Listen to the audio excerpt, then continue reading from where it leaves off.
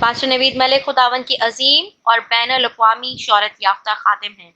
آپ کی اردو اور انگریزی میں کتب، عہد جدید کی تفسیر، یوٹیوب پر 1000 کے قریب پیغامات، کئی مشکل ترین سوالات کے جوابات اور بائبل مقدس کے مفت آن لائن کورسز کے لیے وزٹ کیجیے www.newlifeinstitute.org۔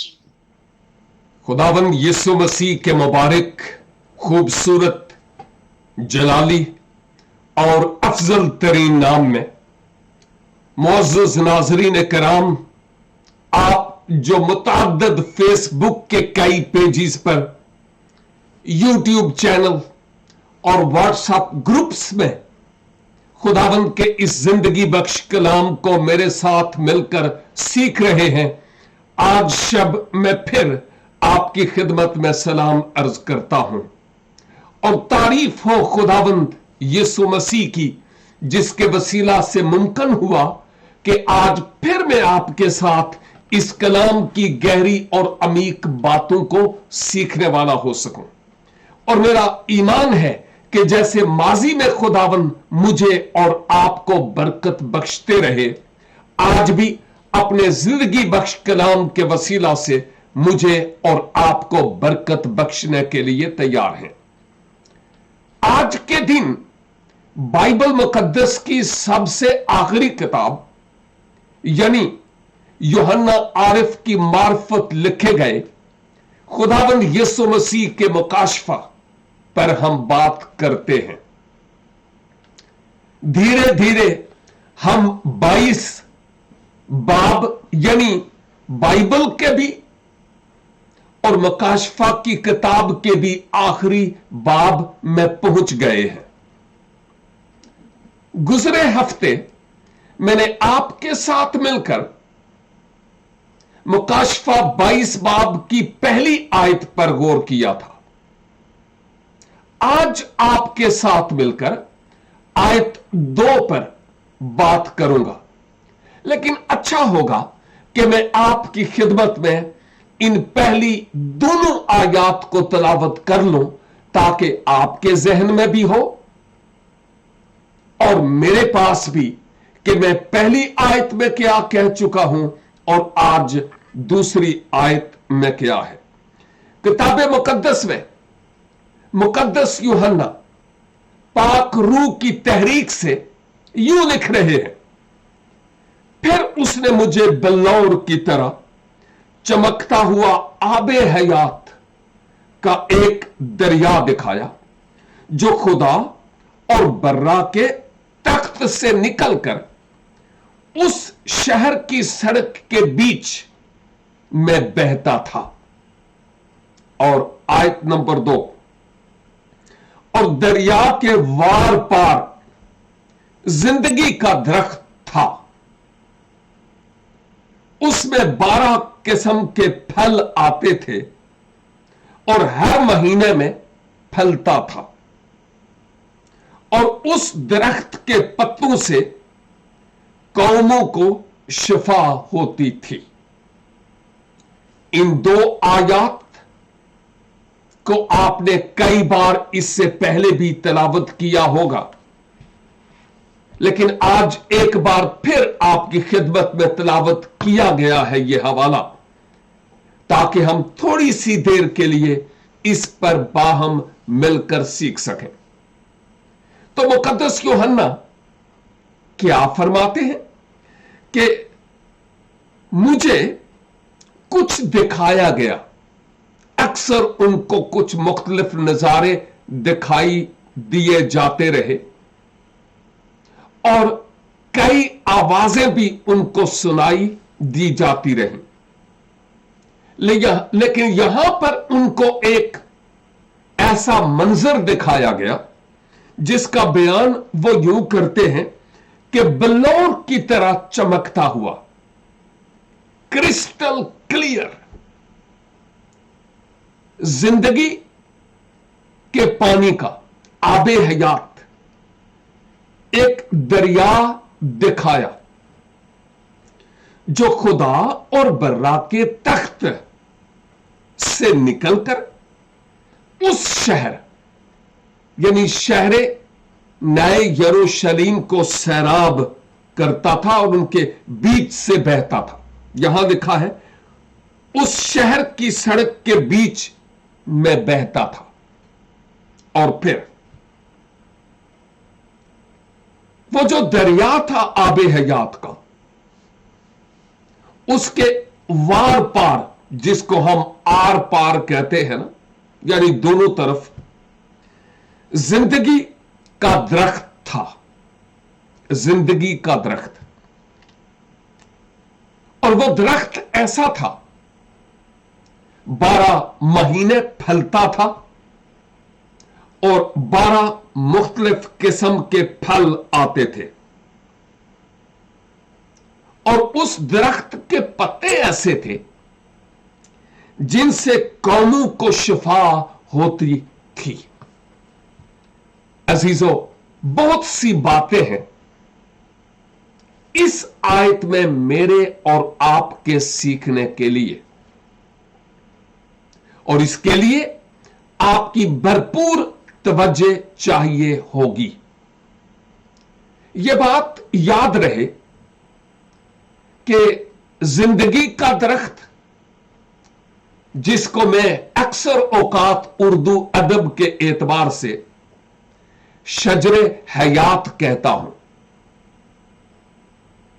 अब यहां यह जिंदगी का दरख्त नए यरूशलेम में, जो अब मंजिल है, इसके बाद और कुछ नहीं, वही सब कुछ होगा। यानी नया यरूशलेम, जहां खुदावन की हजूरी और उसकी हजूरी में अहद अतीक और अहद जदीद के मुकद्दसीन होंगे। हम ये देखते हैं कि वहां पर ये जिंदगी का, यानी शजरे हयात, जिंदगी का दरख्त होगा। और फिर इसके साथ साथ मैं दौराने स्टडी ये देख रहा था कि ये जो जिंदगी का दरख्त है, इसके बारे में बाइबल मुकद्दस के बिल्कुल शुरू में भी जिक्र है और अब आखिर में भी जिक्र है। नस्ल इंसानी के आगाज में भी जिक्र है और जमानों के इख्तिताम और नए यरूशलेम में भी उसका जिक्र है। क्योंकि जब मैं पैदाइश की किताब का मुतालिया करता हूं तो इसके 3 बाब और इसकी 22 आयत से मैं आपके लिए तिलावत करूंगा। जरा गौर से सुनिएगा। और खुदावन खुदा ने कहा, देखो इंसान नेको बद की पहचान में हम में से एक की मानिंद हो गया। अब कहीं ऐसा ना हो कि वो अपना हाथ बढ़ाए और हयात के दरख्त, कौन से दरख्त? हयात के दरख्त से भी कुछ लेकर खाए और हमेशा जीता रहे। यह कब की बात थी? आदम के गुनाह में पड़ने से पहले या बाद? आपका क्या ख्याल है जी? यह गुनाह में पड़ने के बाद की बात है कि खुदा ने यह कहा है कि अब इंसान गुनाहगार तो हो ही गया है। अब गुनाह की हालत में कहीं ऐसा ना हो कि वो अपना हाथ बढ़ाए और हयात के दरख्त से भी कुछ लेकर खाए और हमेशा जीता रहे। यानी हो गुनाह के आलम में हमेशा जीता रहे? नहीं, यह ठीक नहीं है। तो फिर क्या किया? इसलिए खुदावन खुदा ने उसको बागे अदन से बाहर कर दिया ताकि वो उस जमीन की जिसमें से वो दिया गया था खेती करे। आदम की बात हो रही है जी। और आगे क्या कहता है? चुनाचे उसने आदम को निकाल दिया और बागे अदन के मशरक की तरफ करोबियों को और चौगिर्द घूमने वाली शोलाजन तलवार को रखा कि वो जिंदगी के दरख्त, हयात के दरख्त, शजरे हयात के दरख्त की राह की हिफाजत करे। इसका मतलब यह हुआ कि गुनाह से पेशतर हयात का दरख्त वहां पर था। आदम पाक और जिंदगी में कोई ऐब नहीं था, जैसे खुदा खुद पाक है। आदम जब बनाए गए तो उस वक्त आदम भी बिल्कुल खुदा की मानिंद पाक था, उसकी जात में कोई गुनाह नहीं था। लेकिन जब गुनाह आ गया तो उसके बाद क्या हुआ? एक और बात, जब तक आदम की जिंदगी में गुनाह नहीं आया, उसने हयात के दरख्त से नहीं खाया। क्योंकि मैं सोचता हूं कि अगर वो उस शजरे हयात से खा लेता तो उस पाकीज़गी के आलम में हमेशा जीता रहता। यह मेरा अपना ख्याल है, यह पॉसिबल था। लेकिन अब गुनाह के बाद शायद आदम का रुझान था उस शजरे हयात से खाने का, और खुदा चूंकि रहीम है, वो हमारी बेहतरी चाहता है और जानता है कि हमारे लिए क्या बेहतर है और क्या बेहतर नहीं। खुदा जानता था कि आदम गुनाह की हालत में अगर इस शजरे हयात का समर खा ले तो वो सारी जिंदगी जीता तो रहेगा, लेकिन होगा गुनाह की हालत में। लिहाजा मैं नहीं चाहता कि आदम गुनाह की हालत में जीता रहे।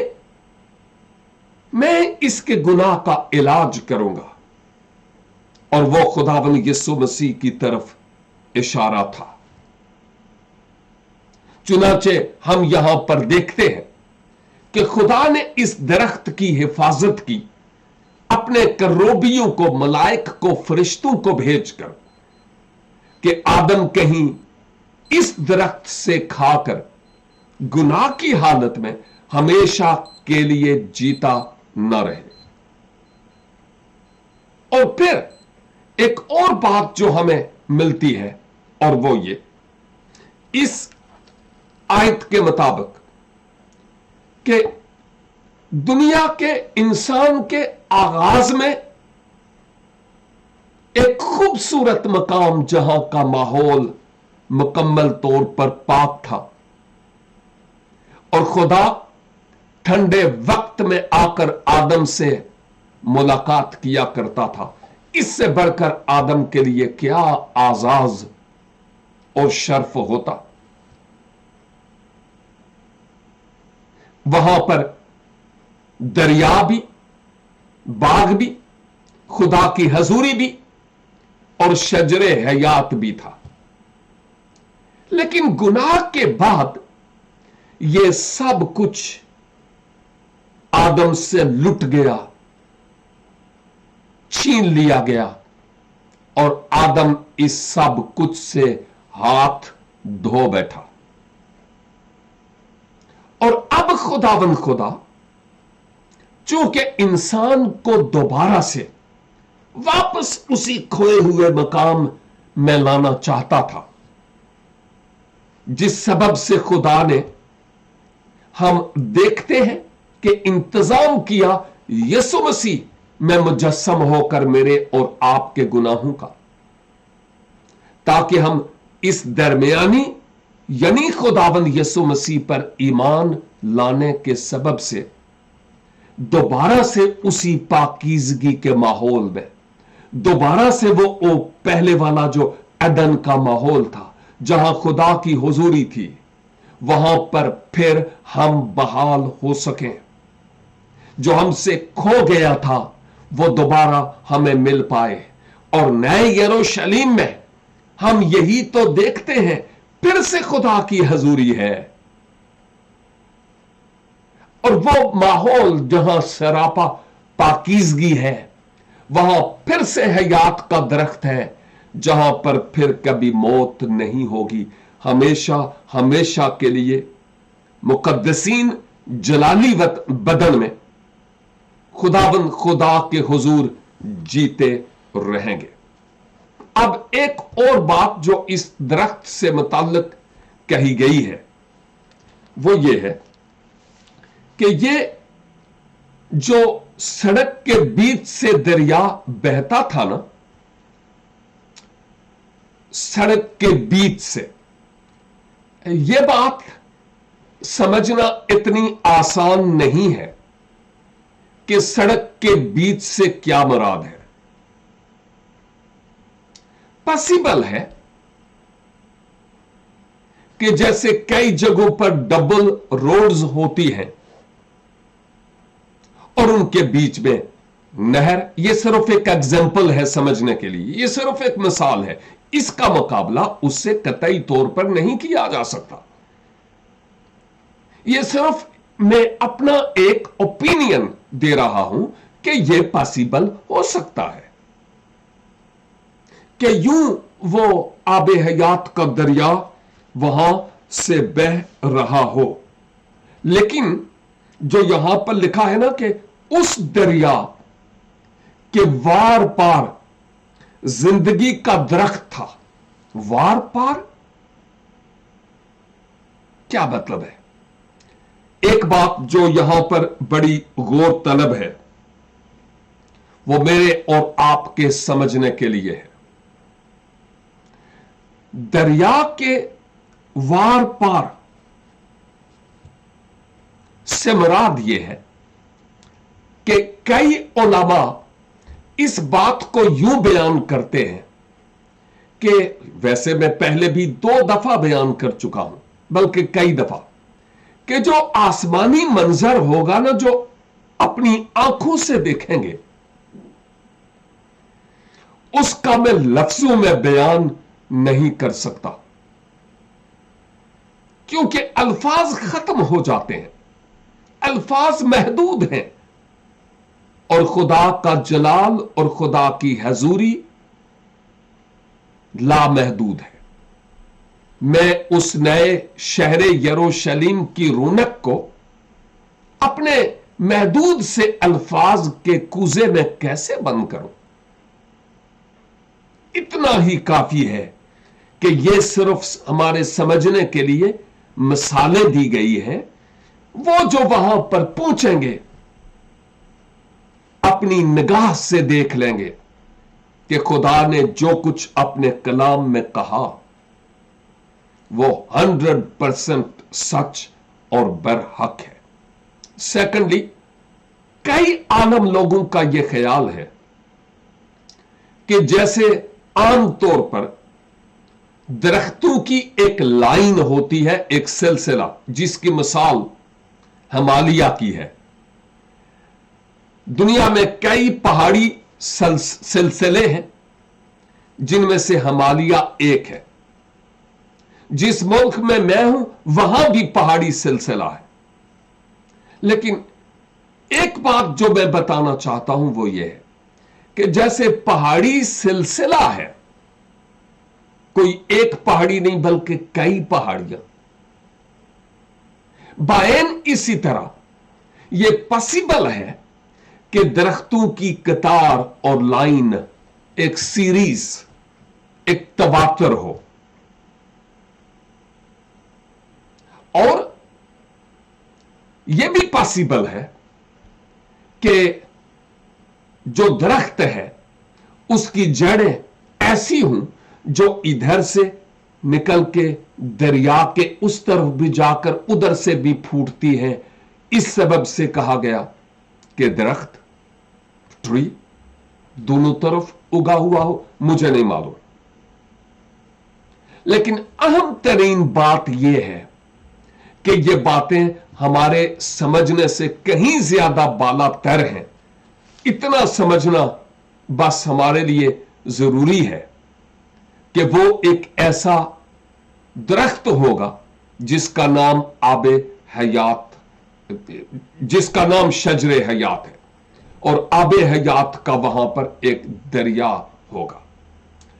यहां पर एक और बात मैं बताना चाहूंगा कि यहां लिखा है आयत 2 में, उसमें 12 किस्म के फल आते थे,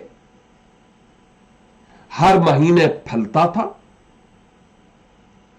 और उस दरख्त के पत्तों में कौमों को शफा होती थी।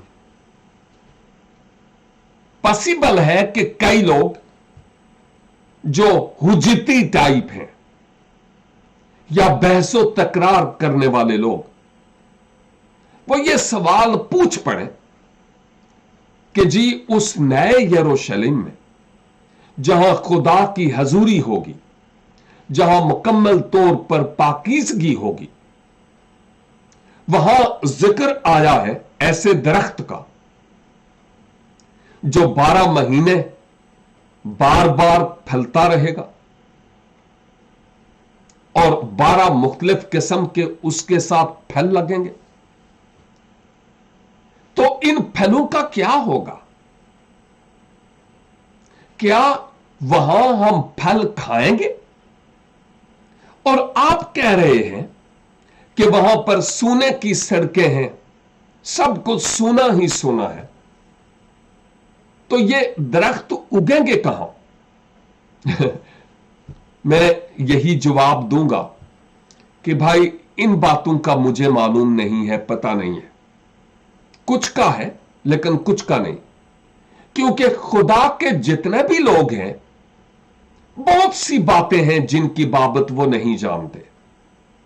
लेकिन मुझे एक बात का जरूर पता है कि हम खुदावन के हुजूर जलाली बदन में होंगे, जैसे खुदावन यीशु मसीह जी उठने के बाद जलाली बदन में थे। फल खाना हमारे लिए जरूरी नहीं होगा, लेकिन अगर कोई खाना चाहे तो वहां पर खा भी सकेगा उस जलाली बदन में। वो कैसे जी? वो क्यों कर खाएगा, कैसे खाएगा? मैं आपको बताता हूं। मुकद्दस लूका की मार्फत लिखी गई इंजील मुकद्दस और उसके 24 बाब, लूका 24 बाब और उसकी 41 आयत से यहां पर कुछ यूं लिखा है। 24 की 41 से बड़ी गौर तलब बात है।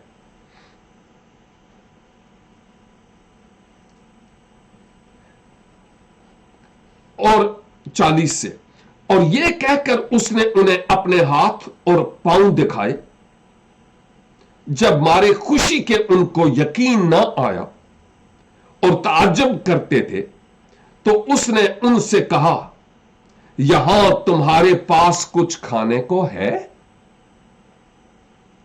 उन्होंने उसे भुनी हुई मछली और कतला दिया। उसने लेकर उनके रूबरू खाया। एक और हवाला, मुकद्दस यूहन्ना की मार्फत लिखी गई इंजील मुकद्दस और इसका 21 बाब और इसकी 12 आयत से यहां पर लिखा है, यीशु ने उनसे कहा, आओ खाना खा लो।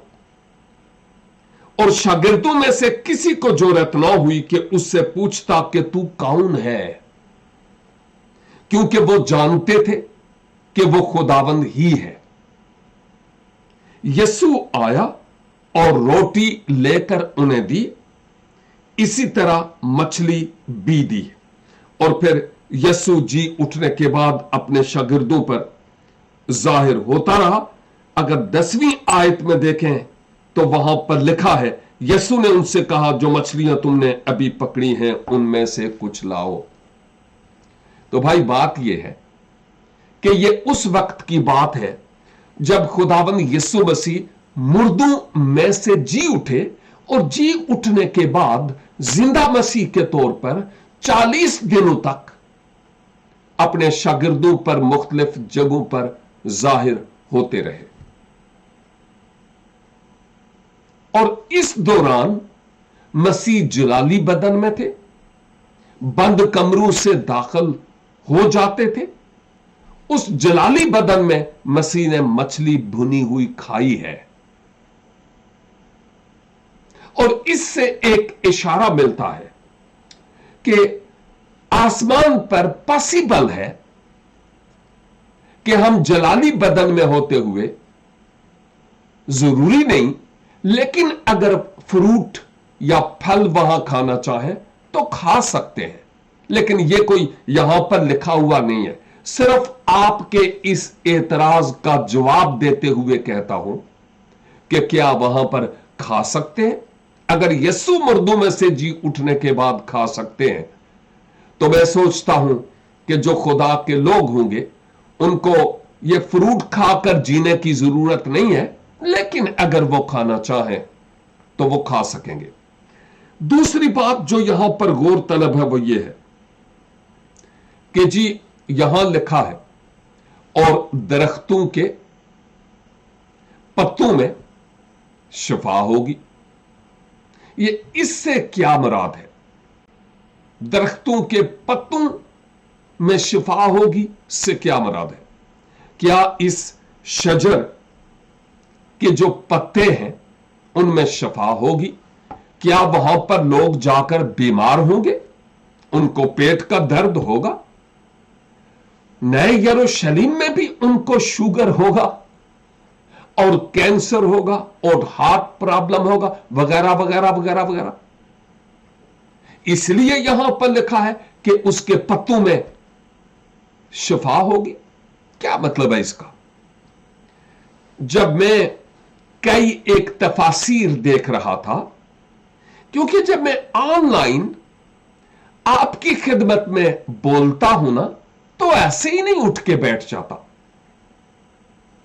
मैं पहले से खुदा के अजीम खुदाम की लिखी हुई कुतुब का मुतालिया करता हूं, नोट्स तैयार करता हूं और खुद सीखता हूं और फिर आप तक उन बातों को लेकर आता हूं। तो भाई बात यह है कि यहां पर जो लिखा है ना कि उसके पत्तों से कौमों को शिफा होती थी, एक लिहाज से मिलेगी। तो इससे क्या मुराद है? यूनानी जबान में जो यहां पर लफ्ज शिफा लिखा है ना, उसका तर्जमा है ओरिजिनली सेहत अफजा। सेहत अफजा। अब समझ आई कि उसके फल की तो बात ही कुजा, उसके पत्ते भी सेहत अफजा होंगे। मैं समझता हूं कि यूहन्ना ने ये जो मनाजर देखे हैं ना, ये तमाम मनाजर इस बात की तरफ इशारा करते हैं कि ये मेरे और आपके लिमिटेड माइंड लोगों के समझने के लिए ये मिसालें दी गई हैं।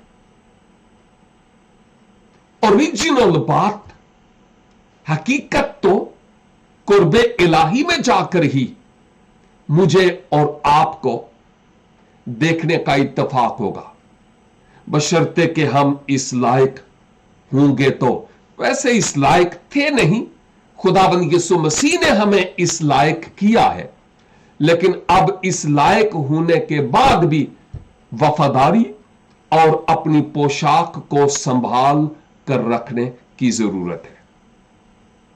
और रही बात फल खाने की, तो मैं यह भी कहूंगा कि पैदाइश 18 की 6 से 8 तक भी हम देखते हैं कि बुजुर्गों ने फरिश्तों की भी खिदमत की है और वक्त आया कि खाया गया। मुकाशफा 19:9 में हम बर्रा की शादी की ज़ियाफत की बात देखते हैं। कोई ज़ियाफत ऐसी नहीं होती जिसमें खाना ना हो। लेकिन फिर से कहूंगा, याद रखिए कि आसमान पर हमें खाने पीने की कोई हाजत नहीं होगी। ये बातें तो हमारे समझने के लिए दी गई है, लेकिन अगर कोई खाना चाहे, उस फ्रूट को जरूरत नहीं होगी, तो खाना चाहे तो वो खा सकता है। मेरे अजीज भाइयों और बहनों, उस नए शहर यरूशलेम में जाने के लिए मेरे लिए दरख्त और फल और पत्ते और दरिया अगरचे बहुत अहम है, लेकिन इससे कहीं ज्यादा बढ़कर मेरे लिए अहम बात यह होगी कि मैं खुदावंद खुदा बादशाहों के बादशाह की हजूरी में हूं, जहां सरापा पाकीज़गी है, जहां पर कोई दुख और तकलीफ नहीं, जहां पर सुख और चैन है मेरे लिए और आपके लिए। मेरी दुआ है कि खुदावंद मुझे और आपको इस जमीन पर जो हमारी जिंदगी का सफर है, अपनी पोशाक को भी संभाल कर रखने और खुदावंद खुदा के साथ ऐसा तरीका से वफादारी से चलने का फजल अनायत फरमाए। और अगर आप में से कोई ऐसा नौजवान भाई बहन और बुजुर्ग ऐसे हैं जिन्होंने अभी तक खुदा बाप और हमारे बीच में दरमियानी खुदावंद यीशु मसीह को कबूल नहीं किया, ईमान नहीं लाए, केवल इसके के ज्यादा देर हो जाए, अपना आप फुली खुदावंद खुदा के हाथों में दे दीजिए, ताकि उसका जलाल मेरी और आपकी जिंदगी से जाहिर हो। मैं मुख्तसर सी आपके लिए दुआ करना चाहता हूं, चाहे तो आप मेरे साथ शरीक हो सकते हैं। ए कादर मुतलक आसमानी बाप, दिल की अथाह गहराइयों से ममनून हूं आज इस कलाम के लिए जो आपने हमसे किया है। फजल बख्शिए कि हम आपके चेहरे के दीदार के तालिब रहें, और जब तक इस जमीन पर हैं हम अपनी पोशाक की हिफाजत करें और अपने ईमान पर कायम रहें। और खुदावंद मेरे नाज़रीन में से कोई भी अगर ऐसा या ऐसी है जिन्होंने अपना दिल आपको नहीं दिया, मुमकिन कीजिए कि आज वो अपने गुनाहों से तौबा करके आपकी तरफ रुजू लाएं और मसीह पर ईमान कि वो मेरे गुनाहों के लिए मर गए, दफन हुए और जी उठे। इल्तिजा करता हूं कि अपने लोगों को अपने दिल के तख्त पर आपको बैठाने का फजल अनायत फरमाइए। मेरे नाजरीन में अगर कोई बीमार है, परेशान हाल है, दुखी या लाचार है, ऐ खुदावंद अपने लोगों को छू लीजिए, उनको शिफा बख्शिए, सेहत दीजिए, उम्र की दराजी दीजिए। तमाम तरह की टेंशन्स, मायूसियां, नाउमीदियां, डिप्रेशंस यीशु के नाम से उनकी जिंदगी से जाते रहे। और खुदा बाप आपका नाम आपके लोगों की शुक्रगुजारियों के वसीला से जलाल पाए। हमारी दुआ को सुनिए और कबूल फरमाइए, क्योंकि मांगते हैं मसीह खुदावंद के जलाली और बुजुर्ग नाम के वसीला से। आमीन एंड आमीन। नाजरीन, खुदावंद आप सबों को भारी बरकत अनायत फरमाए। उम्मीद बात से कह के हम फिर मिलेंगे, तो भी क्या भरोसा है सांस का। अगर खुदावंद ने चाहा तो एक हफ्ता के बाद फिर आपकी खिदमत में हाजिर होऊंगा। तब तक के लिए खुदा हाफिज।